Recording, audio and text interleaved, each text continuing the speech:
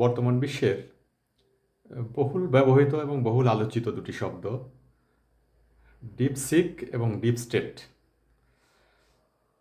তো কৌতূহলবশত আমি এই দুটো শব্দ নিয়ে কিছুদিন স্টাডি করলাম, তার কিছু ধারণা আপনাদের সাথে শেয়ার করতে চাই। এর মধ্যে ডিপসিক নিয়ে আপনারা অনেকেই অবগত।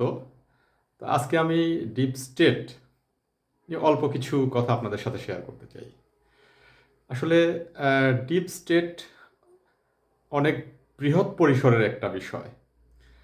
তো এত কথা বলা, এত সময় নেওয়াটা সম্ভব না।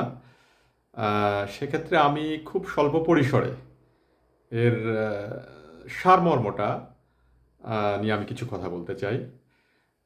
এই ডিপ স্টেট জিনিসটা আসলে কি? এটা কোথায় দেখা যায়, কি কাজ করে, কিভাবে কাজ করে, এগুলোই মূলত মূল বিষয় ডিপ স্টেটের। তো ডিপ স্টেট নিয়ে যদি আপনি ঘাটাঘাটি করেন ইন্টারনেটে, তাহলে অনেক বিস্তৃত তথ্য উপাত্ত পাবেন, অনেক বিস্তৃত ধারণা পাবেন, অনেক গতানুগতিক সংজ্ঞাও পাবেন। তো সেগুলোর মধ্যে আমি না গিয়ে আমি দু একটা উদাহরণের মধ্যে খুব সহজ করে ডিপ স্টেট বিষয়টা বুঝিয়ে বলতে চাই। এর মধ্যে আপনারা খেয়াল করে থাকবেন, একটা উদাহরণ দেই।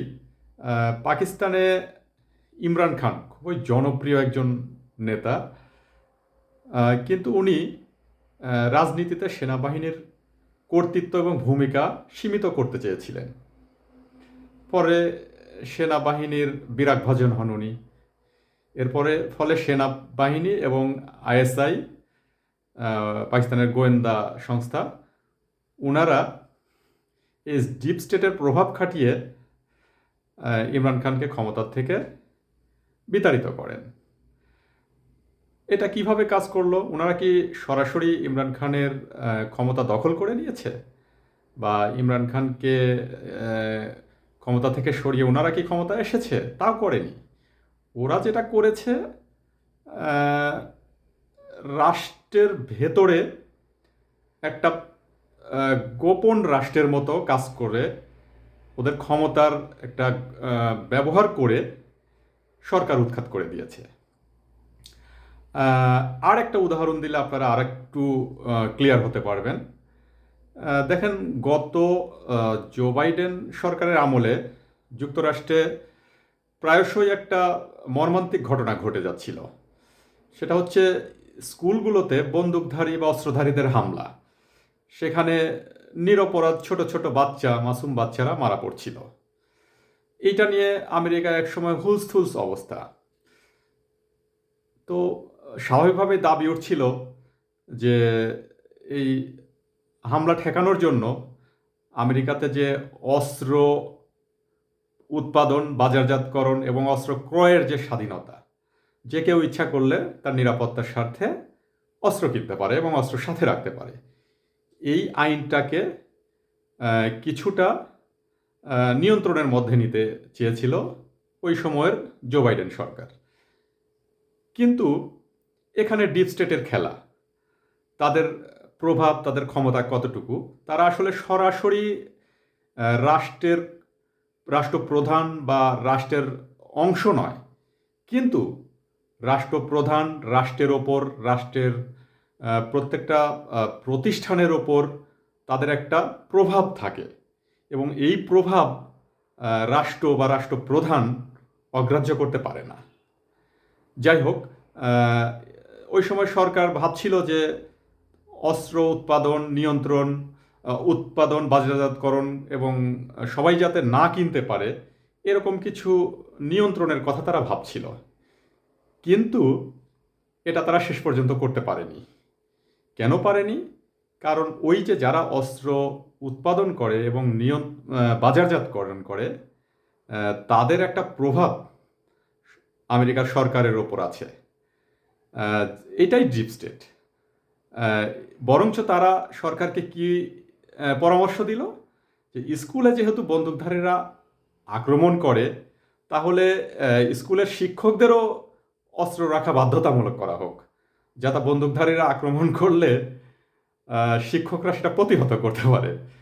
তার মানে বোঝেন যে অস্ত্র উৎপাদন এবং বিক্রয় তারা বন্ধ করবে না বা কমাবে না।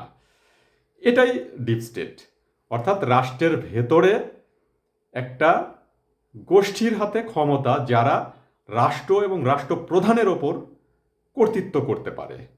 এটা শুধু দেশের মধ্যে না, অনেক সময় দেশের বাইরেও তারা প্রভাব বিস্তার করে। যেমন একটু আগে পাকিস্তানের ইমরান খানের উদাহরণ দিলাম। ইমরান খানের পতনের পেছনে কিন্তু শুধু পাকিস্তান সেনাবাহিনী এবং আইএসআইএস নয়, মার্কিন যুক্তরাষ্ট্রেরও কিন্তু একটা ডিপ স্টেটের ভূমিকা ছিল।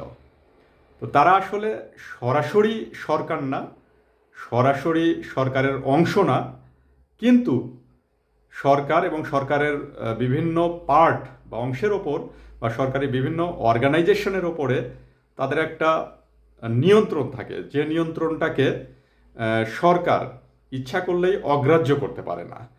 তো এই ডিপ স্টেট এটা হঠাৎ করে এত আলোচনায় কেন আসলো, এটা নিয়ে কিছু কথা বলি। গত মার্কিন নির্বাচনের আগে রিপাবলিকান পার্টির প্রধান ডোনাল্ড ট্রাম্প, উনি তার নির্বাচনী ভাষণে বলেছিলেন যে আমি ক্ষমতায় আসলে মার্কিন যুক্তরাষ্ট্রের ডিপ স্টেট ব্যবস্থাকে ভেঙে দেব। এর আগে থেকেই, অনেক আগে থেকেই ডিপ স্টেটের শব্দটার উদ্ভব। এটা সর্বপ্রথম তুরস্কে 1923 সালে বা 22 সালের দিকে উদ্ভব। যাই হোক, সে সময় মার্কিন যুক্তরাষ্ট্রের ডোনাল্ড ট্রাম্প এই কথা বলার পরে ডিপ স্টেটটা নতুন করে আলোচনায় আসে। সম্প্রতি ভারতের প্রধানমন্ত্রী নরেন্দ্র মোদী ডোনাল্ড ট্রাম্পের সাথে একটা বৈঠকের সময় সাংবাদিকরা ডোনাল্ড ট্রাম্পকে প্রশ্ন করে বসে যে বাংলাদেশের সরকার উৎখাতের পেছনে আমেরিকার ডিপ স্টেটের কোনো ভূমিকা ছিল কি না। যদিও ডোনাল্ড ট্রাম্প সেটা নাকচ করে দিয়েছেন। তো এইভাবে বর্তমানে বিষয়টা এত বেশি আলোচিত হচ্ছে। তবে বিষয়টা নতুন না, অনেক পুরাতন এবং অনেক বিস্তৃত বিষয়। যারা এই বিষয়ে আরও বেশি জানতে আগ্রহী, আপনারা ইচ্ছা করলে অনলাইনে স্টাডি করতে পারেন। এ বিষয়ে আরও অনেক বিস্তৃত এবং ব্যাপক তথ্য পাবেন।